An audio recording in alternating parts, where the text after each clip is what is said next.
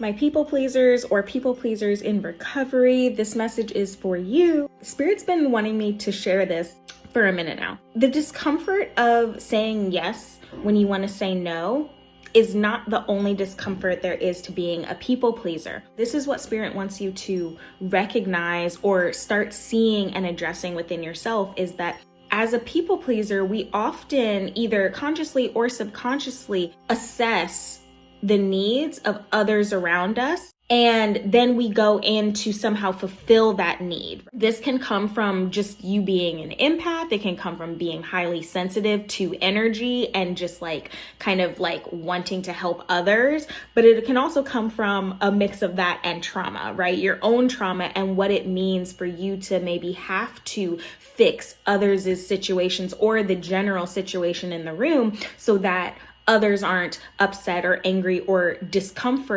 discomfort, making you also uncomfortable or even perhaps unsafe. So what happens with a lot of us people pleasers is we assess what needs to be done, what needs to be done to make the ship run smoothly, right? And we assess this oftentimes for other people.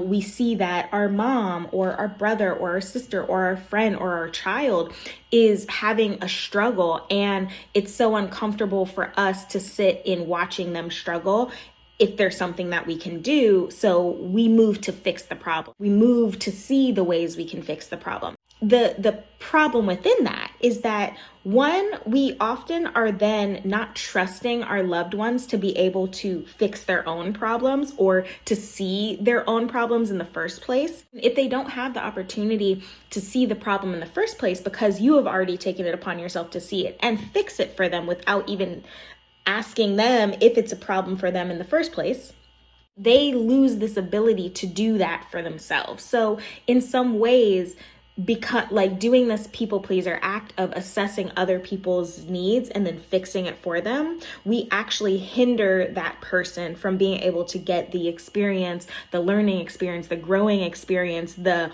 trial and error experience that they might have otherwise had if we had let them explore on their own and identify for themselves what they need. The other thing in this is this builds a resentment up in you because you are actively assessing the needs of other people. You're usually doing this at a disadvantage to yourself. You're usually kind of forgetting about yourself in this process, or you're misplacing your energy, right? Because when you're trying to fix these problems that you see in other people's lives for them, putting your energy into that instead of into yourself, into self-love, into whatever it is for you to grow and get better and self-soothe. Because ultimately, there's some element of this people pleasing that is a form of soothing yourself because you don't like seeing other people in discomfort. Don't shoot the messenger. Know this, you're in an argument, you said, I did X, Y, and Z for you, and they come back and say, I never asked you to. Unfortunately, they will be very right. Yes, it's a good thing to help people when they need it, and if people ask you, of course, if you have the excess, go ahead and share that. Obviously, be a kind person, be a good person. But this also sets up a bad habit of people expecting certain things from you, expecting you to fix their messes, right? Trust the people around you that they can fix their own problems, that they can solve their own problems. And of course, if they need help, say, hey, I'm here to be a listening ear. I'm here to help you work out this problem if you want help.